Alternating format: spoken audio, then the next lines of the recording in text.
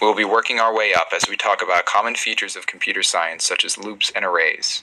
We'll discuss how to read and write code, debug code that you've written, some strategies to help you plan out your code, and much, much more. The complete list of topics that are going to be covered in this lecture-style video are shown on the screen now. Additionally, there will be timestamps in the description, so feel free to skip around if you are already proficient in some areas of computer science or just want to know about a specific topic we will be covering.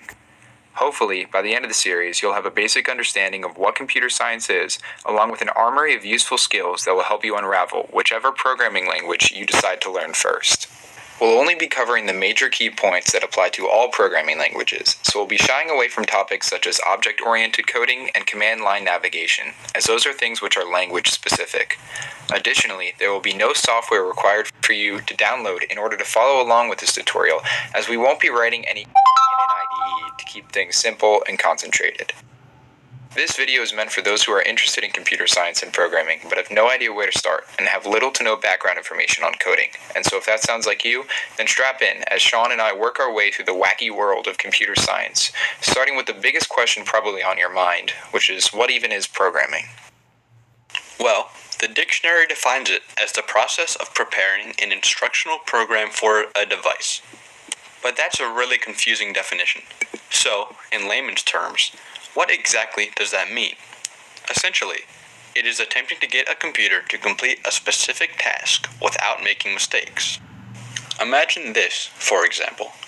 You want your less than intelligent friend to build a Lego set, except he has lost the instructions and can only build based on your commands.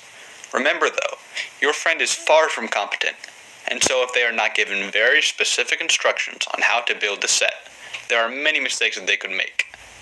If he thinks like a computer, then if there is even one piece that you have not told him specifically where to place and how to place it, the entire Lego set will be ruined, and he will be left to suffer a complete mental breakdown, causing the whole goal of the project to be corrupted.